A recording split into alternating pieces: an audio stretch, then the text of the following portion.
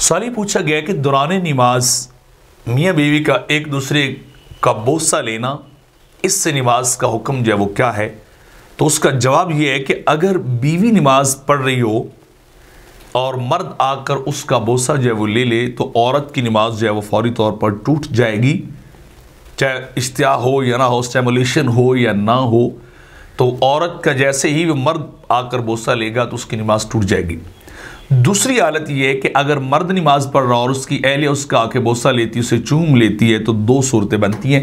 पहली सूरत यह है कि अगर उसने बोसा लिया है और उसको कोई किसी किस्म की जो स्टिमुलेशन नहीं हुई, इश्तिहा नहीं हुआ या शहवत नहीं आई, तो फिर उसकी नमाज दुरुस्त होगी।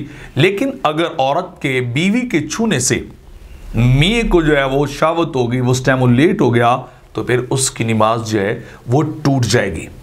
यानी थोड़ा फ़र्क है। औरत का अगर वो बोसा लेता है तो फौरी तौर पर बोसा लेते ही कुछ हो या ना हो, फीलिंग्स चेंज हो या ना हो, औरत की नमाज उसी वक्त टूट जाएगी।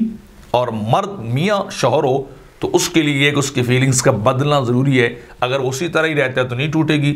अगर चेंजिंग आ जाती है, शहवत का जो है वो आ जाती है, तो फिर उसकी नमाज टूट जाएगी।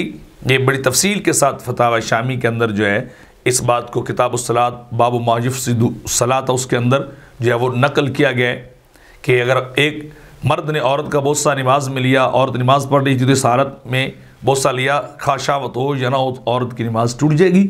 और मर्द की नमाज अगर शावत होगी तो टूटेगी, नहीं होगी तो नहीं टूटेगी। बहरहाल ऐसे कामों का दौरान बंदगी, दौरान नमाज, दौरान इबादत जो है वो इंसान को इनसे बचना चाहिए और हमतन गोश होकर उसे अपने अल्लाह की तरफ जो है वो रुजू करना चाहिए, उधर तवज्जो रखनी चाहिए, ना कि दुनियावी और अपने शावानी मामलात की तरफ इंसान मुतवज्जी हो। इंसान सब्र कर ले, बंदगी से फारिग हो के अपने जायज़ मामलात को डील कर ले।